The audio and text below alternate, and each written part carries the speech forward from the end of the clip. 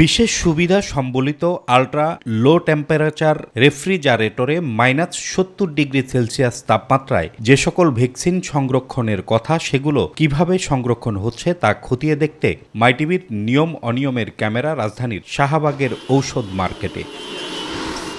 ফার্মেসিগুলোর vaccine সংরক্ষণের চিত্র দেখে হতভম্ব মাইটিভির নিয়ম অনিয়মের ক্যামেরা। টিকা সংরক্ষণের সুনির্দিষ্ট নিয়ম থাকলেও বেশিরভাগই তা মানছেন না।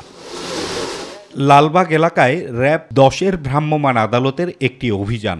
নিয়ম না মেনে দেশি বিদেশি বিভিন্ন অ্যান্টিবায়োটিক ঔষধ ও ভ্যাকসিন উৎপাদন প্রক্রিয়া দেখে হতভম্ব হন আইনশৃঙ্খলা বাহিনীর সদস্যরাও। পরে সেগুলোকে জব্দ করে তারা। মহানগর গোয়েন্দা পুলিশও 5 লাখ পিস নকল অ্যান্টিবায়োটিক ঔষধ সহ জব্দ করে বিভিন্ন রোগের ভ্যাকসিন সহ ঔষধ কারবারিদের।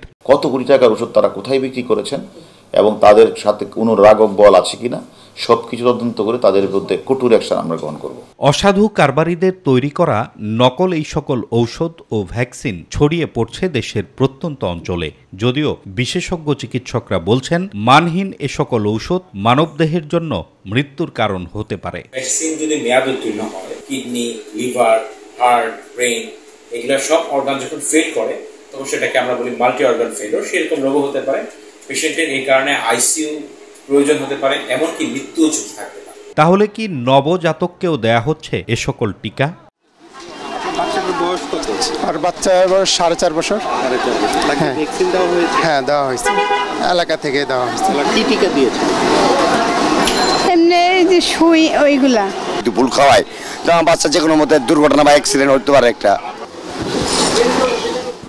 যত্রতত্র এইসব জায়গার ভ্যাকসিন এখন কিনে মানুষজন প্রতারিত হচ্ছেন হরহামেশাই, যা এখন নিয়মে পরিণত হয়েছে।